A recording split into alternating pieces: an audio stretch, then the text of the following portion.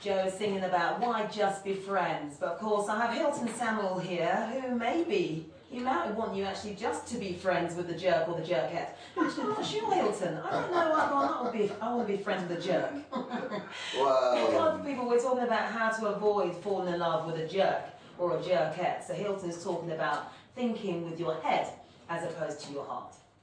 all right. Before we left, I was talking about preventative measures. I want to now move on. If you're in a situation where you are madly in love with someone you know is not the right person for you, or may not have the best interests, may not have your best interests at heart, what do you do? Beg. It's very, very difficult. When you are literally, when you're not in love, you can see everything. You can see clearly the rain is gone. However, when you are in love, when you are love struck, when you are smitten by Cupid, when your emotions, your feelings, your every thought is about this person, how do you go about literally protecting and putting walls against your tender heart? The first thing I suggest is that you try to picture the outcome. In other words, it's almost like a person who wants to lose weight. He or she might be very much addicted to chocolate or cakes or sweets, and he wants them, and he craves them, and he thinks that he needs them. However, when he thinks about the layers of fat that are going to be around, you know, the stomach or the hips or the thighs, depending on whether or not you're a man or a woman, then he's able to control himself. If you think about the fact that if you deal, and you know, I had a situation some time ago that I hope my wife is listening, really. Oh yeah, come on then, tell us. Okay, if you promise you're not going to tell anyone else, I'll share this one with you. Go on. And you know, I began developing feelings for this girl. And I thought about, you know, even though as a human beings the feelings were there, I thought about, you know, what would that do to my family?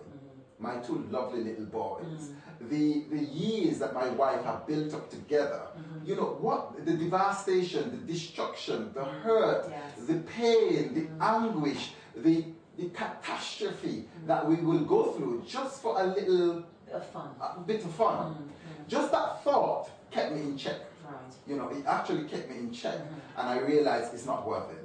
So if you project, you know, if you're getting involved with someone you know, like perhaps a teenager, or someone who's married, or someone who you definitely know isn't good for you, think about the future. Project the harm.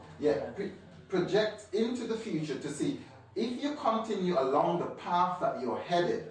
For example, a young lady came to me and she was involved with a married man. And she didn't want to be, but she was. And but she had a little girl. And I said to her, if your little girl grows up and one day walks in through the door and tells you that she is involved with a man who's married, what would you do? And her reply? And her reply, obviously she would be absolutely heartbroken about this, devastated about this. And I said, well, what example are you setting for your child? Think about that. Think about the path that you're headed and the direction which your child might follow. And when she thought about these, when she actually pictured what she wants for her child in the future, that gave her the courage to break. You know, in spite, despite, regardless of her feelings. So again, if you picture the outcome, that could help you to decide here and now what you should do.